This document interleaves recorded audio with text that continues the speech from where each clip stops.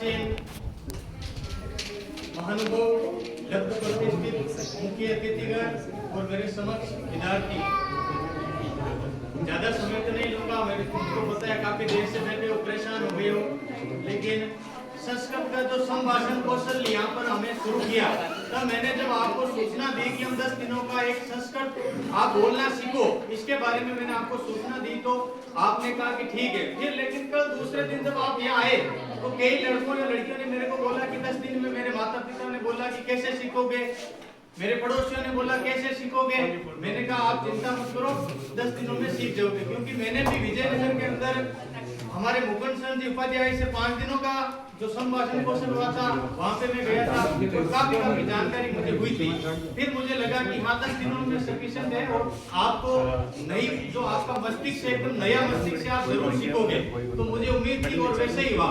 क्योंकि कहते हैं ना कि यूं जमीन पर बैठकर क्यों आसमां देखता है, यूं जमीन पर बैठकर क्यों आसमां देखता है, पंखों को गोल जमाना उड़ान देखता है, लहरों की फितरत है शोर मचाने की, मंजिल उन्हीं को मिलती है जो नजरों में तूफान देखता है।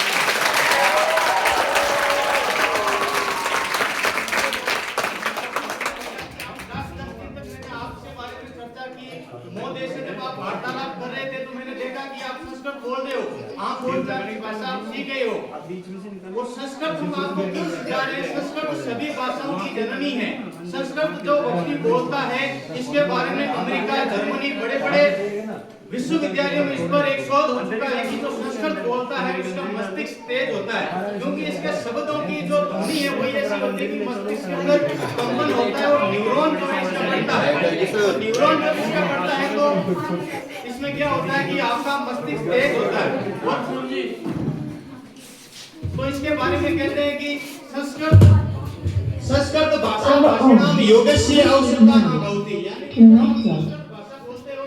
योग करने की भी जरूरत नहीं है, आपका मस्तिष्क की क्षमताएं, आपकी याद करने की क्षमताएं अपने आप बढ़ जाएगी। तो संस्कृत सिखाने का उद्देश्य हमारा यही था, हम सब संस्कृत को जाने और संस्कृत को बोले, संस्कृत को पढ़े।